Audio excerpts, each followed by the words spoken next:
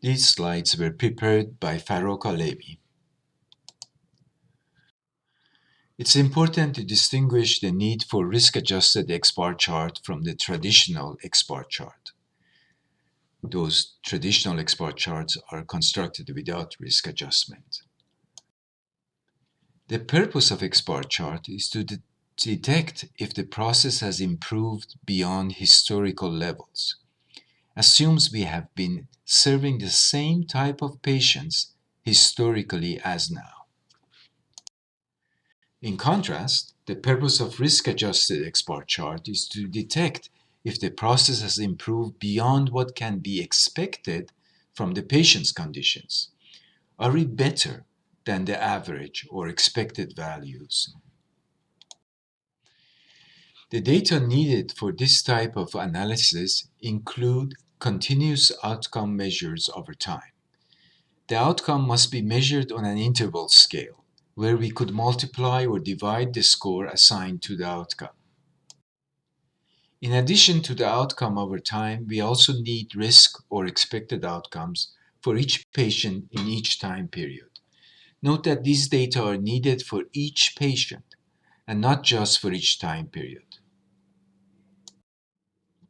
Risk data can be calculated from patients' comorbidity as in the multimorbidity index, from clinicians' consensus, or even from patients' self-insight into their own fate.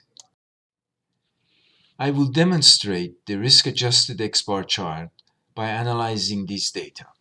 The data show that the costs and expected costs for each patient in months of July, August, and September. For example, in month of July, the first patient had costs of $391, but the expected cost was $294. So this patient cost more than expected. Always start the analysis with checking assumptions. We are examining costs, which is typically measured on an interval scale. So, check. This assumption was met. Observations are independent from each other. This assumption is violated if one patient's cost determines another patient's cost. It may be reasonable to assume that each patient costs are independent from each other. I think if you think about it, if you have to pay for somebody else's cost, you'll be quite upset. So it's likely that your costs are independent from other costs. So this assumption is also checked. The third assumption we need to verify is that there are more than 5 observations for each time period. In each of the 3 months, there are more than 5 observations, so we are okay. This assumption is also checked. The last assumption we need to verify is that the data are normally distributed. Histogram the observed cost and do an eyeball test. Is the shape bell-shaped curve with most data in the middle and very little data on the tails? Here we see a single peak occurring at the middle of the data and almost symmetrical distribution of the data around the peak, which reassures us that the data may be normally distributed. For more precise verification of assumption, one can do statistical tests for normal distribution, but for all practical situations, an eyeball test will do. We start the analysis by calculating the average cost for each time period. Here we have plotted the average cost for each time period. A graph helps us see possible relationships. Maybe August was a low-cost month. Wait until you see control limits for what could have been expected. These data don't tell us much until we see them against what could have been expected. Next, we calculated expected costs within each month. This is the average cost of expected costs for each patient in that time period. Plotting expected costs helps interpret the observed cost, but does not settle the question of whether differences are due to chance. In July and September, the observed costs were above the expected cost, and in August, the opposite. Still, we do not know if these deviations are small and due to chance or something more fundamental has changed in our cost and billing process. The next step is to calculate the standard deviation of differences of observed and expected costs for each time period. First, we calculate the difference of observed and expected costs for all cases in all time periods.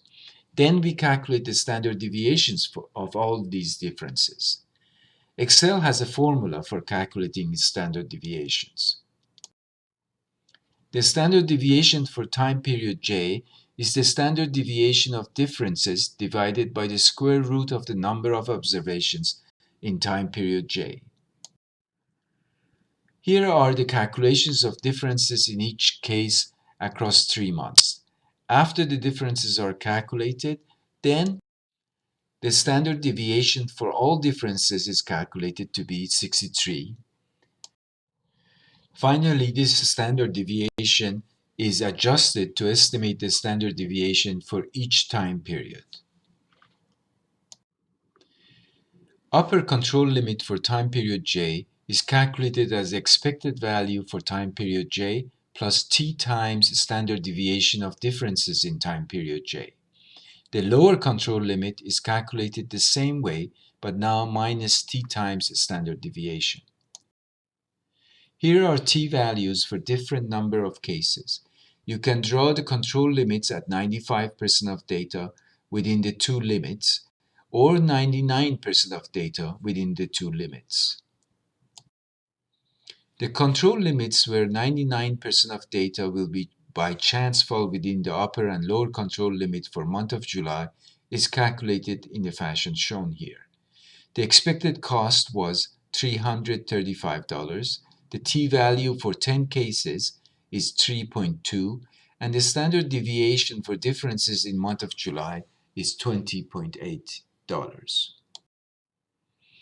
Here are the calculated control limits for all time periods. We can now examine if the observed average cost is within the control limits. Notice the way this chart was drawn. Time periods are in the x-axis, costs are on the y-axis. The observed average cost is shown in a blue line with markers. The upper and lower control limits are shown without markers. 2 points are outside the limits. Each point is just a little bit above the control limit, but nevertheless it is above the limit. Doesn't matter by how much, as long as it is. When a point falls outside the control limit, it cannot occur by pure chance. Something else is afoot. Therefore, we could conclude that in July and September, costs were above from what could be expected from patients' severity of illness. When you distribute the control chart to improvement team members, provide information on how expected cost was calculated. Show that you have thought through assumptions of the control chart and these assumptions have been met. Summarize the key findings from the chart. This set of slides have shown us how risk-adjusted Xbar chart compares performance to expectations.